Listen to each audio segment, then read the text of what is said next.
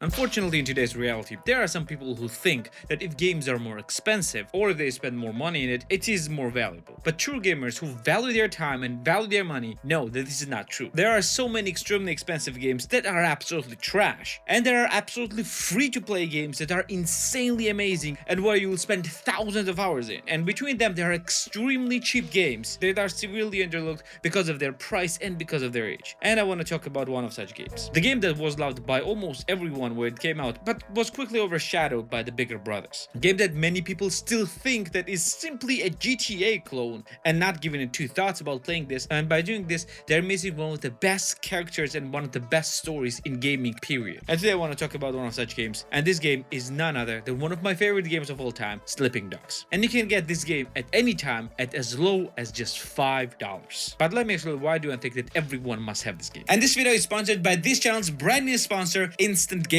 If you want to get best games for the cheapest prices, no matter it's on a PC, PlayStation, Xbox, or Nintendo consoles, and you don't want to wait for any sales, Instant Gaming is the way to go. And I also partnered with Instant Gaming for epic giveaway of any game of your choice in the description down below. So click the link in the description to take part in there. And also every purchase that you make on Instant Gaming through my link will help the channel as well. So click the link in the description to get the best games for the best prices. Now back to the video. So what even is the Sleeping Dogs? Throwing the words around like open world of crime fighting or story drama, things like that, will give you basically nothing. So I'm just gonna give you a very rough, kinda wrong, but kinda close to the reality of what this game actually is. And it is kinda like a GTA clone. But it is GTA clone no more than Dragon Age games are Elder Scrolls clones. Just like GTA, Sleeping Dogs is happening in an open world, an open modern world, where you're free to drive anywhere, fight anyone, and gain notoriety by committing a crime. But there are a few very important distinctions between this game and GTA games. First, you're technically not playing as a criminal. You're playing as a Wei Shen, which in the first few minutes of the game, you will understand that it is an undercover cop. And your goal is to infiltrate in a Hong Kong triad and, well, bring them down to the police force. And this is an incredibly interesting premise right away. Because you're not playing as an inherently bad guy,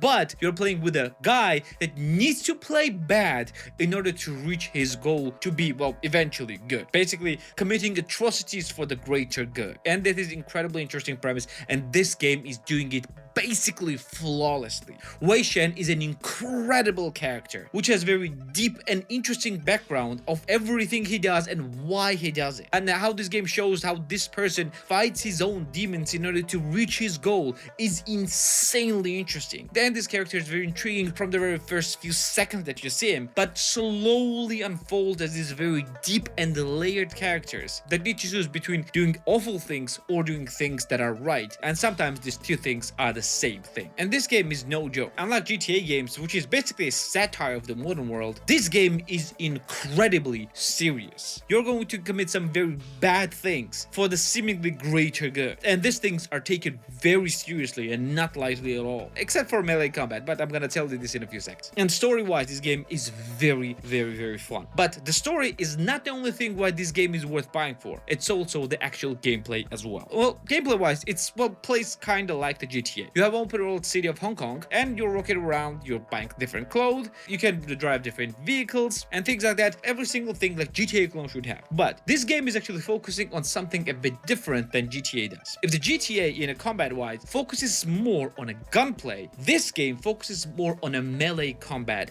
and it is more reminiscent to Batman Arkham games than to GTA games. And the melee combat in this game is superb. Combos, the counters, the takedowns are absolutely brutal and shows that Wei Shen is a very serious character that should not be meddled with. And this brutal combat from the very few seconds of the game shows that this character will do anything to reach his goal. Yes, game has actually more weapons, but melee is a central part of the game. But you're not just simply driving around or beating everyone up. The game has incredibly interesting and varied missions, and almost no missions are the same. You're not just simply going, beating someone up and the mission is complete, or driving somewhere and the mission is complete. Even though you have missions like that, but most missions, especially the story missions, are very different from each other and very interesting. You have your regular missions for triads, you have missions for the police, you have different favors that you can complete from regular citizens, you have different type of races, you have different type of smaller weird missions like minibus rackets and extortions and things like that. And this, every single thing makes this game incredibly interesting and varied. But I cannot tell you about all of those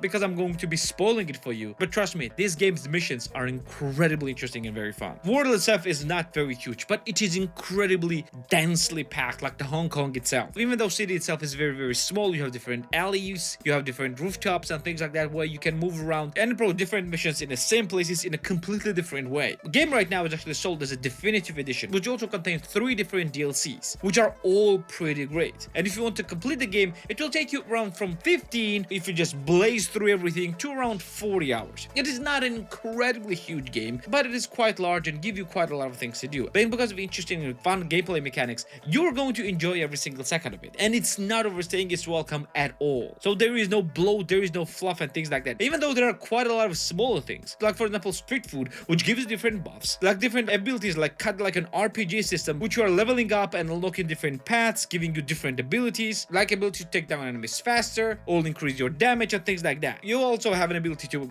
purchase different outputs, just like in any GTA game, and you even have an ability to furnish your apartment, which is incredibly fun thing to do. The city feels alive and it is brimming with life, and I absolutely love it. But now let's get to the important part, and it is understanding how much game will actually cost you. But as I said in the beginning, the price of the game is actually important, so how much game will actually cost you? Well, game is available on Steam for the base price of just $20, meaning that this is without any sales, and at its lowest it goes to $2 to $3, which is incredibly amazing value. And in case you missed those sales, for just $5 you can get it from Instant Gaming as well. Is this worth it? Are you kidding me? $5 for 30 to 40 hours of an amazing gameplay, an incredible story and character any day of the week. It's not just worth it, it is one of the must-play games for every gamer. And this game plays amazingly despite its age. And because it's old, it's also quite easy to run. I actually played most of the game on my Lenovo Legion Go at 1600p resolution without a single hitch, and it looked absolutely incredible. So this is actually the game you must play, and you owe it to yourself to get it right now. And yeah, I'm gonna have every link of getting this game for cheap in the description down below, etc, etc. You know the drill. And in case you like PC games and want to choose the best PC games and you don't know where to start, you can start with this one, with the 27 best PC games that you can buy right now. And well, if it's not enough for you, you can get 27 more best PC games right here as well. This will be it for today. Like the video if you like it, subscribe if you want to see more videos like this one, and I'm gonna see you in the next one. Take care.